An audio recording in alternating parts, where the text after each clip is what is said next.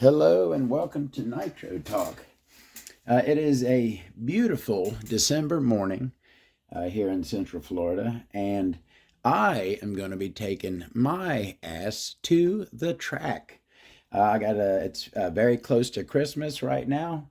Hope everyone is having a great holiday season, getting together with your family or whatever you're doing. I hope everyone is having a great week. A lot of us have a little bit of time off from work this week. I am using mine to take advantage and have me a bit of extra track time. So I am, of course, first thing in the morning trying to get ready. No, I didn't get ready last night like I should have. Now, I don't have a whole lot to do, but one very, very important thing to do. As I'm sure you saw reading the title, we actually have to do a repair on the Hyper 7. Yes, I know you're shocked. It rarely happens, but I'm going to stop this here and give you this little clip, and then I'll explain a bit when I come back. See you in a second. Oh, the rolling is sounding healthy. Sounding healthy this morning. Oh, she is sounding healthy. Whoa!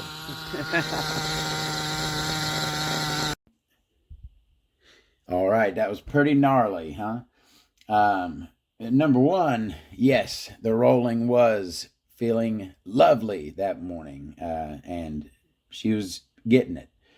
But now the track, I think I might start. When they have a race at the track, they will smooth it. They'll wet it down. They'll prep it. Okay. But in between races, people come out, practice all the time, and the track gets pretty beat up. As you can see, there's a big divot right there in the straightaway, a bad spot for a big divot like that. If it's still there today, which I'm sure it is, I'm going to see if I could fill that in a bit. Now, it is avoidable, but as you can see, I had just got there and I had to learn my lesson before I could avoid it. And in learning my lesson, the price I paid was a broken part on my beloved Hyper 7. So what broke in that pretty gnarly flip right there? I lost pillow ball knuckle. Is there a better name for that? I'm pretty sure that that's a pillow ball knuckle, pretty much. Pivot. I don't know. What do y'all call that? So anyway, this one is obviously the good one. I have not yet removed. This is the broken one. As you can see, it broke in the absolute weakest point, the point where the bolt goes through it. Right across the middle of the hole, right there is where that little bit on the end broke off, as you can see. Am I mad at the Hyper 7? No, I am not. That's the first time I've ever done that. Like I've mentioned plenty of times, I've never ever broken a front A-arm. And that's the first time I've ever busted one of those knuckles. And I wreck this thing a lot. So no, I'm not mad at all for that happening. This one here, for those of you who know, I have this Hyper PCR parts chassis right here. And so I went ahead and yacked my knuckle and the related parts that go with it, the pillow ball themselves, the pillow ball retainers, and the pillow ball inserts. And when I'm putting this in, I have a little thing that I do. We'll talk about it. And then that's the bolt that goes through. Well, how much I'm going to be using of there instead of this, we're going to figure out as we go. So our first thing is going to be to disassemble and take the broken parts off. Let me see if I can go ahead. Now, of course, and as you can see, I got a couple shims in there. And what I do that for, I think, I remember putting them in there specifically for a reason, but I'm not sure exactly if it was for a better angle or for something not to bind or rub. It was for one of those two things, but I have them on the other side as well, I'm sure. Yes, I do. So I will be putting them back under. They went directly under here on top of, where's that piece at? Yeah, it's got the same little rise on it, although that one, the one that come off, is smashed down a little bit, looks like. Oops, sorry. All right. Now these knuckles, let me go ahead and take my hex drive, my 17 millimeter hex there off first. Got my 2.5 millimeter, and I'll just grab these to get a grip on there.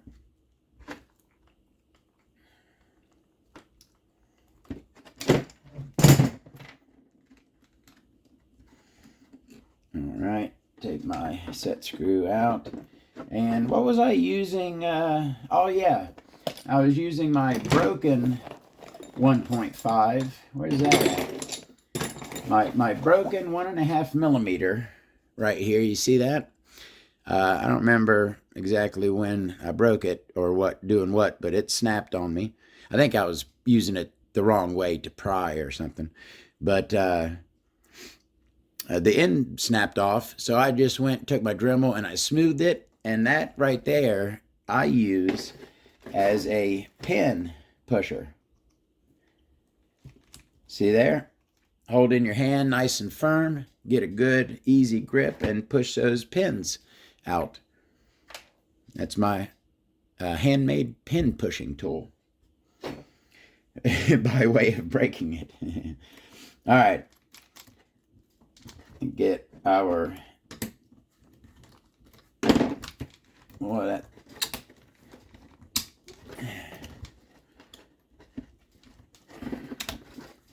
thing is on there. Good, there we go. I'm gonna need to smooth that drive shaft. Looks like I got a good number of shims on here. I'm gonna want to keep all of these together. Make sure they all go back on, and we'll be we're not just going to throw the shims that were on here back on and expect it to be fine. We're going to re-shim it, essentially, to make sure it is proper. All right, so we have that off. Now time to remove the knuckle, first by removing the retainers. And I have this that I keep in my pit bag, which is used specifically for these Hyper 7 retainers. Now, when you're putting these back together, they are very, very easy to cross thread, so be careful. And go ahead and do this lower one.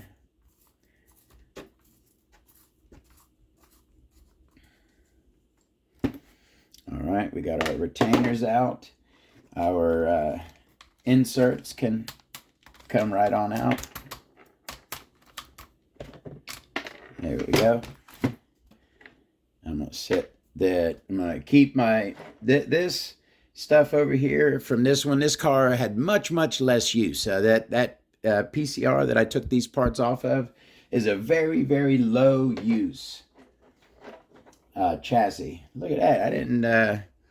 I didn't realize those are two different lengths on those pillow balls there. I guess it's probably the lower one that is longer, but we'll double check that. Yeah, gotta be. All right, so then time to remove the pillow balls themselves. Now the top one, because that's pretty much how you set your camber on these pillow ball cars, is by adjusting the top pillow ball in and out. So the top one, not the bottom, but the top has a locking collar right here that is used to lock in your setting once you adjust your camber. So loosen the locking collar. It's a 1.5 millimeter. And then you can start to remove your pillow balls. Now I have this is what I use. It's 3 millimeter is my biggest MIP, and no good. So I keep this in my pit bag, and this again is a tool specifically to remove these Hyper 7 pillow balls. Now these are pretty far threaded in, so it takes a little bit to get them out. A power tool would certainly come in handy here. You will wear your arm out taking these pillow balls out. All right, and yes, that is the shorter one up top. And as you can see, oh man, this thing has considerable wear on it. See that? Oh man, that thing has got considerable wear, and it looks like, is it bent as well? It looks like it's got a little bend in it. So I will certainly be replacing the pillow. Now, see, that's the other thing I wanted to talk about. When doing driveline, this isn't driveline components. This is, I mean, it's steering rack, steering system components. But when you're doing something that has an equal part on the other side of the car, okay? If you're doing your servo mount, there's just one servo mount. But I'm doing something that there is an opposing side, okay, that also has the same setup. You don't want to completely rebuild one side totally fresh and leave the other side the way it was. You want the two halves of the system to run equal to each other. So I'm not even sure yet if I want to put these back in or not. I do want, I mean, I don't think certainly this isn't going to break or anything. It's just, you know, getting a little worn. I want to keep the two halves consistent, okay, is what I'm saying here. So I'll think about it. So let me go ahead and get this bottom pillow ball out of here, and I think I feel a bend. Yeah, oh yeah, this one's got a bend in it too. You know, this buggy has been through. It's ready for a rebuild. It certainly is. This is the last one in line for a rebuild. It has been probably 2 years, 2.5 years since I've completely rebuilt it. I have completely rebuilt this buggy here. Is not how it started out. I built this entire buggy from scratch. I completely tore it down and completely built it back up again about 2.5 years ago, and it's starting to show its age. All right, a little bit more on this. My arm is not cramping up at all. I could unscrew it by hand now. Okay. All right, so let me pull my drive shaft out of there. All right, now what I always like to do when I have an axle or a drive shaft is, where in the heck did my sanding sponge go? Y'all know me, you know that I'm a big proponent of the sanding sponge. Lots of good uses in Nitro RC. So I'll take this is just a little piece. They come bigger, but anyways, this I can make this work. I'll take it and lay the axle on my sanding sponge, and I'll give it a couple spins. I'll press it into it with my thumb, right? You see, I'm pressing the axle into the sanding sponge with my thumb, and I'm using the other hand to spin it. And what that does is give me a nice, clean, beautiful surface there that will be easy to install and will work great. All right, so there's our new pillow balls. There's our old ones. Let me get a look at, yeah. Both of those things are, they are 2.5 or so years old. They are getting worn, and they're both bent. So I'm going to go ahead and put in the newer pillow balls. Now, real quick, while I'm at this point, okay, take a look at this upper suspension arm right here. As you can see, do you see that wiggle right there? That is the hole going through the arm that the pin goes through is starting to get worn and elongated from constant hitting back and forth. And I got one right here that came off of the other parts buggy. But I do not want to put this on, again, because of consistency with the other side. The other side is just like this one. They're both the same. So I don't want to go, like I said, replace everything on this side. It's going to make the buggy inconsistent side to side. All right. Let's go ahead and start. Was that broken or just a little nick on the top of that? See that right there? But it doesn't look like it goes through. This, like I said, this buggy's ready for a full rebuild, and I'm going to do it soon here. But it's got a little bit of life left in her. All right. It still runs good on the track. It's still pretty consistent. All right, so and now it is time to start my reinstall. And here is where I wanted to talk about the little thing that I like to do when I put together these pillow ball front suspensions. So you have a pretty closed setup here. You got the ball goes in, and then your insert and your retainer. You don't want to put any kind of liquid lubricant in there. You don't want to put oil or grease or anything because the dirt will get in there and it'll just, make sandpaper. So you want to keep this really dry, but you do want some lubricant on it. As you can see, these are the ones that come off. I don't know if you could maybe see it in there. These are the ones that came off of these are the newer inserts that came off of the PCR parts card. What I do when I put together these pillow ball front suspensions is, number one, I'll take my inserts and I will, like a lot of other things, give them a little spin on the sanding sponge.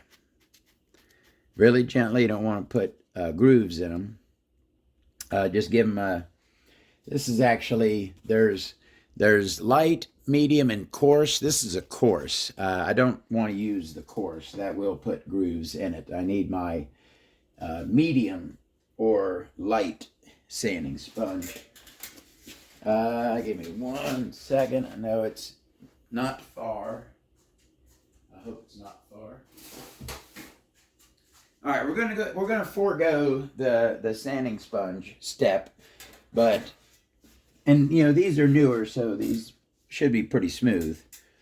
Get that. All right.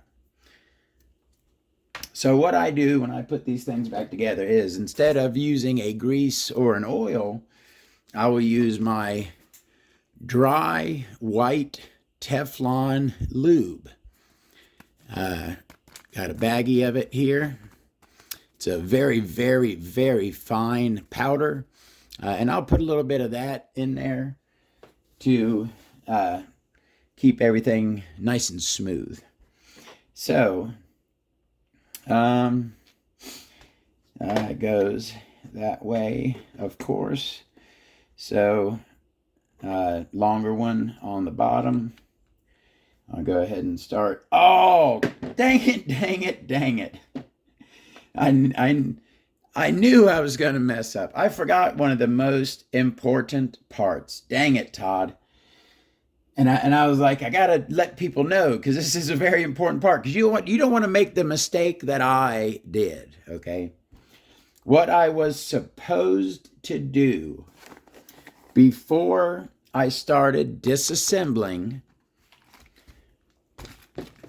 was take a marker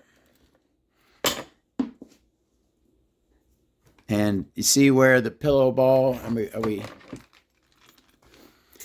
see where the pillow ball goes into the arm. Take a marker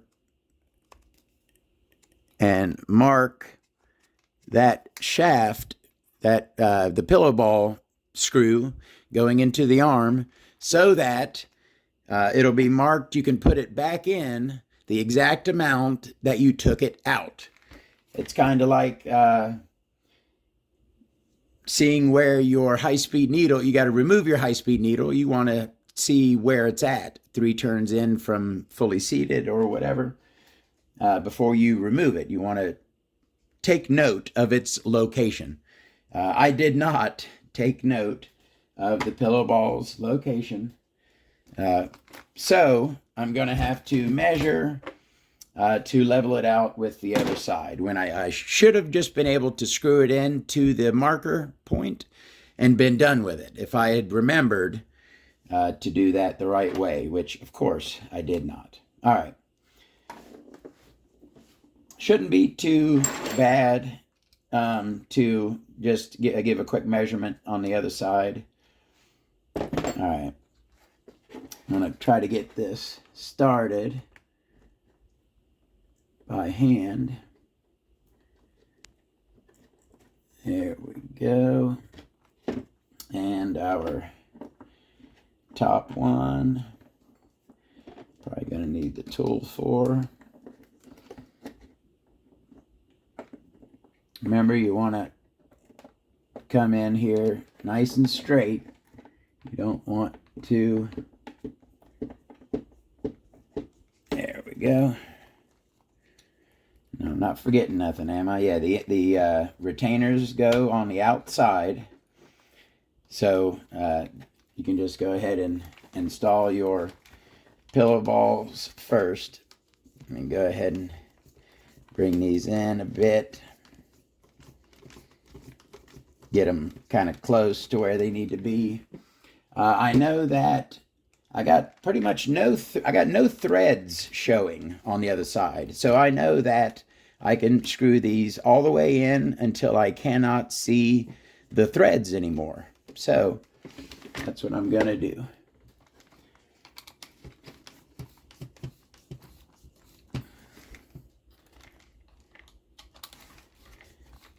And my arm is freaking tired. These are not fun to screw in and out by hand. Get you a power tool with a bit and do it that way. Be smarter than me. All right, a little bit of thread left.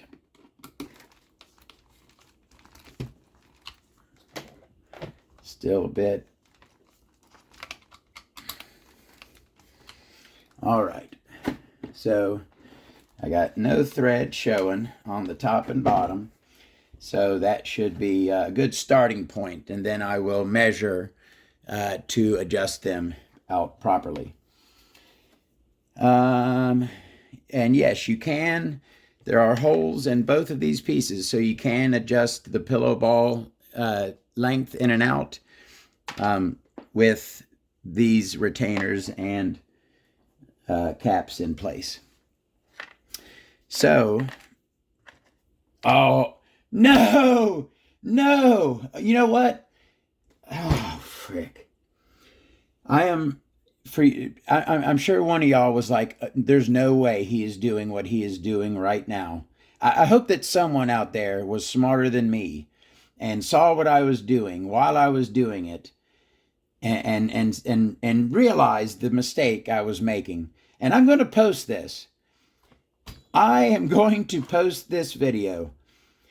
Yes, I know my Nitro engines, but holy crap, can I be a moron sometimes.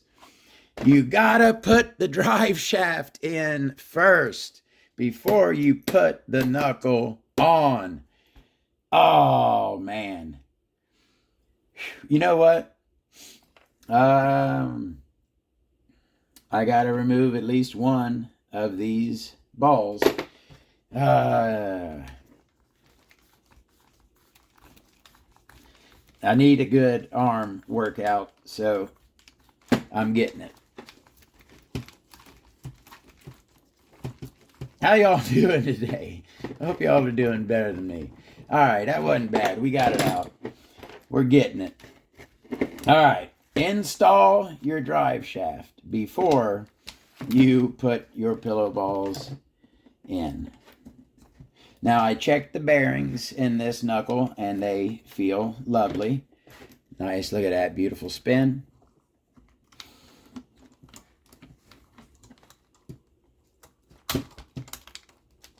And there, our drive shaft is in.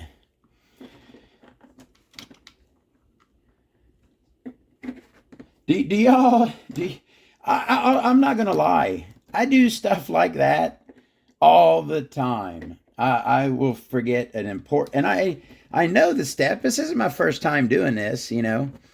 I know that drive shaft has to be in there before you put these pillow balls in. But I still do it. I still make the mistake. Oh, man. Learn from my mistakes. I hope that y'all do. All right. We are replacing a pillow ball knuckle on a Hyper 7 8 scale off-road Nitro buggy. All right. No threads.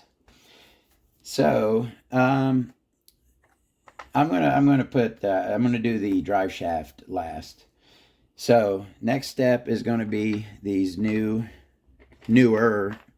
retainers we're going to put in, and that is where I put this dry white Teflon lube. Probably could use a better system of applying it. Oop. I'm sure I'm going to waste a lot of it. You don't want a pile of it in there. I'm basically going to take that and rub it into the cup side of the retainer. Make that inner surface of that nice and smooth. And I'll take the other one and I'll rub that dry white Teflon lube into the cupped surface of the retainer. All right. Now that I've got that done, just a little thing I do. I don't know if I learned it from watching a video or reading something, or if I came up with it on my own. I do not remember. So I'm going to put one of the retainers in. Actually, you know what? Hold on. I think it's better. It's been a while since I've done one of these. I think it's better to insert, the cap will actually, there's a cutout in one side of it. That's also how you can know which way they go. So the side with the cutout, this actually will go into it, and those will hold together. So that's how I like to install them, is together. So again, this is where it is very easy to cross thread this. So you want to be very careful. Actually, you can't really start it by hand. You can't really get a grip on it.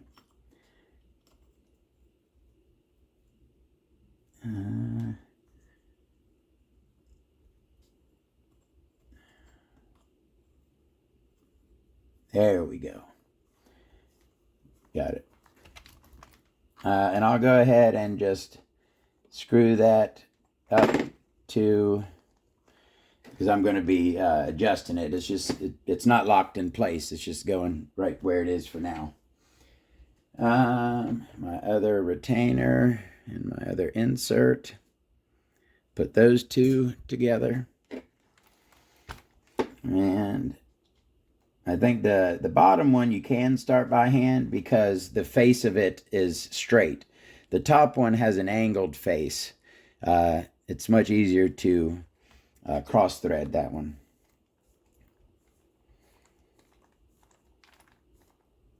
All right. Give those a bit of a loosen. And we've essentially got it installed at this point. It's just basically wrapping up, putting everything back together, and then adjusting it to equalize it with the other side. I'm going to go ahead and throw the same shims that were on it before back on. And as long as it feels good, I'll run it like that. But I'm not just going to put them on and assume that it's properly shimmed. I will make sure that it is properly shimmed. The hex goes on a lot smoother now that I have smoothened that drive shaft. Where'd my pin go? There's my pin. It was lined up.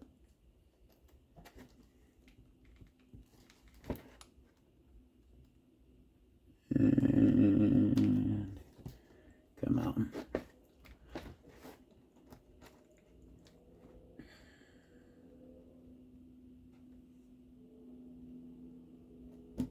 There we go. And my grub screw, 2.5 millimeter,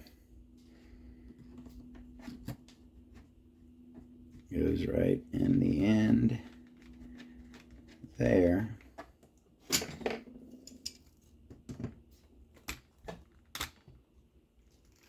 And give it a good tighten. Now that is another location where I believe it is, yes, it is most of those grub screws, if they go into metal, are required, recommended to use blue thread lock on. That grub screw that I just put in there is certainly recommended that you use thread lock, blue thread lock on it.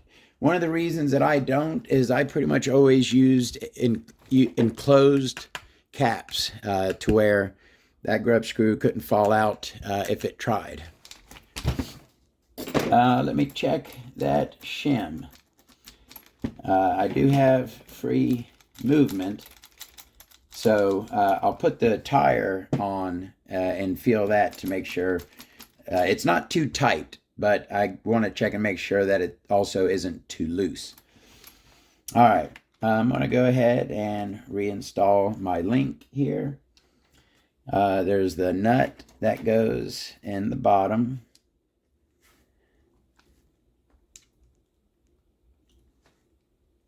You know what, let me,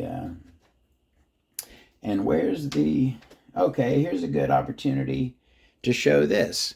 So these right here, these are the same screw, okay? These two screws started out identical, okay? But if you take a look at them, they are no longer identical. This is the one that I had running on the buggy. This is the one that came off of the parts car PCR. Now, why is that one smaller? Because I chucked it into my drill, spun it while also going around it with the Dremel, and I shaved down that edge right there to make that much smaller. And why I did that is the full-size one at full extension of the arm up and down will cut into the link and bind. So that is one of the modifications I do. I take that screw and I make the head much, much smaller, and then it will no longer bind, but it will still hold it in place perfectly.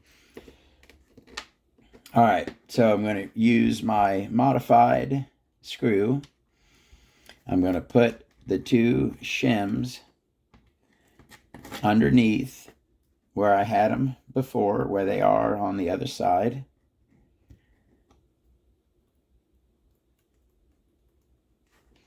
And then this will go through into the knuckle. And I will put the nut on the underside. Take my 2mm. This is a locking nut, of course, on the underside. And we are beautiful. Nice and tight. And our motion is good. All right, we are pretty much installed. Another thing really quickly, I think, I'm not 100% positive, but I was pretty sure that on some vehicles, these front knuckles for pillow ball are reversible. The same on each side, just flipped. But these are not. These Hyper 7 ones are right-left specific. You can see that this one is a right side. All right, so I am really close. All I have to do now is measure and get the same length on this side and that side. You know what? I'm going to go ahead and eyeball it because I'm going to be rebuilding this buggy pretty soon. And I got a pretty good eye on this. I can kind of see that this top one needs to go in a little bit. Now let me look. Just another hair. All right, my tops are equal. You measure it. You take a micrometer and you measure it properly. Or you know what? Don't even do that. Mark it before you take it apart if you're just replacing one like I was. And you don't have to measure them. You know, do it the proper way. All right, so I'm eyeballing my tops, and they're looking quite equal. And my bottom looks, I like the way my bottom is sitting right now. My bottom is looking lovely. All right, so now that I have the pillow balls at the length that I want them, I'm going to retighten this top adjusting collar. And okay, now is when I adjust the retainers. Okay, so I'm going to hold it perfectly straight. I want the suspension to be leveled out and going straight. I can see that I'm basically feeling how much play is in there, and that's certainly too much. So I'm going to tighten it down a touch. There's not a whole lot. Not really much on the bottom either. I'm going to tighten the bottom one just a little. No, it's too tight on the bottom. It was probably right about where it needs to be. All right. So I did it. I adjusted it at centered, correct, right? Flat suspension. That's where I adjusted it. But so I've adjusted it, but now I got to let it go all the way down, and I'll feel it again. Make sure I still got a little tick, just a tiny bit of movement, space in there. The retainers aren't too tight. I got a little tick on the top one, but I have no tick on the bottom. So I'm going to loosen that one up another touch. And I've got just an ever little teeny bit of a tick. So we're good in the middle. We're good at the bottom. Now I'm going to push it all the way up to the top. And I'll feel, again, little teeny tick at the top. Little teeny tick at the bottom. Beautiful. So in my full range of motion, top to bottom, everywhere, they are not binding. So that is perfect. They're as tight as this is how I adjust these. I adjust them as tight as I can while still having just the tiniest bit of play at all suspension heights. And that assures me no binding whatsoever. I will have free movement no matter where the buggy is on the track. I will get no binding. My arm will be able to rotate successfully. So I am pretty much ready to throw my tire back on here. And, I don't, where did I put my nut? You know what? You know how for breakfast you can have nut and honey? Well, I got nuts and hubs in this right here. So I should have at least one enclosed nut. There's an enclosed nut. So I'll go ahead until I find the one of the set that was on here. This will work perfectly fine. Now, here's another little quick point. These were some ones that I used back in the day. Okay, as you can see, they got a little wear on them. But when I bought these were some cheap Chinese, right? So these are some Hobiao ones right there. But these were some pretty much cheap as you could go. Actually, they're the same as those. These are some hub extenders. And as you can see, they are the exact same piece. Green and gold, obviously. But the point I wanted to make is when these were brand new, they did not have serrations on the rear. You do not want, let me show you the two different things, all right? So these are two open nuts. As you can see, that one, and it's not just the one side, both sides are identical on this one. They are completely smooth. While this one, and this is the one that came off the Kyosho, you can see that it has serrations on it. And that is to grip the wheel so they do not come off. The shape on here might assist with that, but you get what I'm saying. So what I do when I'm trying to use a nut, but it does not have serrations, I will take my Dremel with a cutoff wheel and I will make some serrations. I cut those little, just teeny little, take the cutoff wheel and give it a good little tap and make serrations all the way around it. And that will help it bite and hold onto the wheel. If you have ones that are smooth, you don't want to use them smooth. All right. Am I putting that on? I am putting that on. I have the one that came off of here somewhere, but I'm not sure where it is. My handy dandy 17er. Now that, for some reason, looks. Does that look? Yeah, I guess it. Yeah, it looks right. It's got a little bit of. I try to keep about one. I forget what I had it set last, but usually around 1 or 2 degrees camber in at the top. Does that look like it's laying down? You know what? I'm going to check real quick. I may, if my camber is inconsistent, that's not a good thing. So I'm going to check my camber using this Yeah Racing camber gauge that I've had for a long, long time.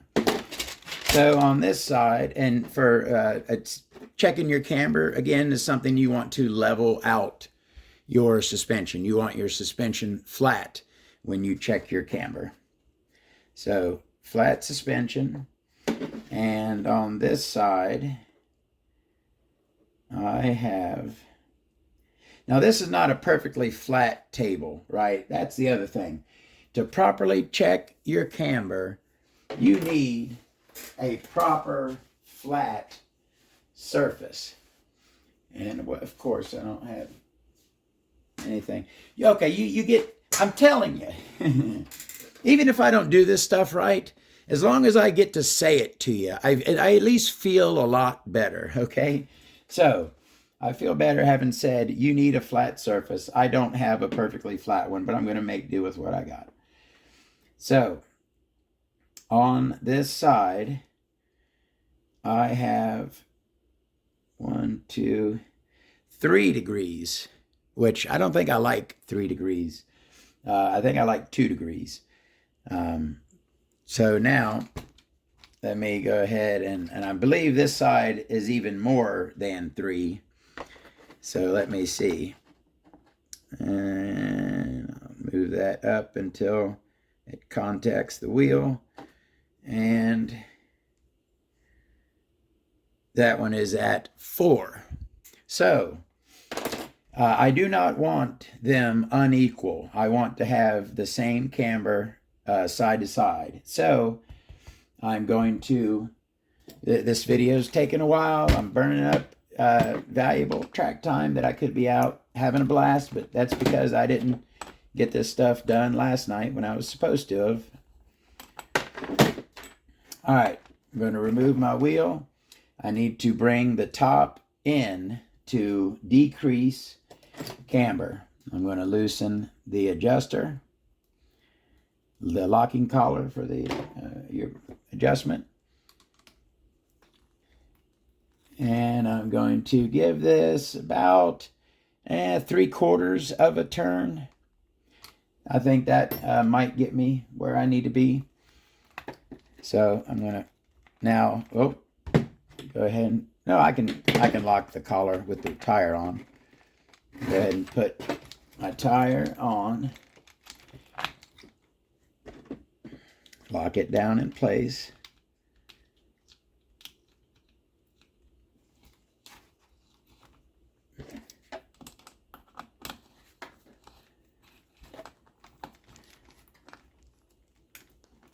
Alrighty, now that looks a lot better now. No, it doesn't. I had more camber. I did it again! 3-in-1 video. How can you guys trust me for anything? No, it had too much camber. It had 4 degrees on this side. It had 3 degrees on this side. I wanted to reduce the camber, that the camber in positive. Is that positive? Or I'm not even sure, positive or negative. I must be the dumbest. I went the wrong way. I gave it more camber. It's probably got like 5 degrees now. Now I'm thinking I might not post this. Holy smokes. Please learn from me. All right, so we moved it in about 2/3 of a turn, right? So now I'm gonna take off what I just put on, and then I'm gonna give it more in the opposite direction. So basically, if I put it back to where I started from, and then I brought it out about 2/3 of a turn. Now I'm going to put my wheel on. Gotta, at least me, I don't know how to check the camber without, I do it with the wheel on. Gotta make sure it's locked in place. Now, how does that look? That looks much better. That looks approximately equal to the other side. So, again, I'm going to level out my suspension just till that touches. And beautiful, pretty much right on the 3. That is close enough. Alrighty. Go ahead and lock my lock collar here. Didn't do something right. Alright, so we have replaced the front pillow ball knuckle on the Hyper 7, and we are ready to take her to the track. I will see y'all in a bit. Have a great morning, a great day, and a Merry Christmas here in a few days. See ya.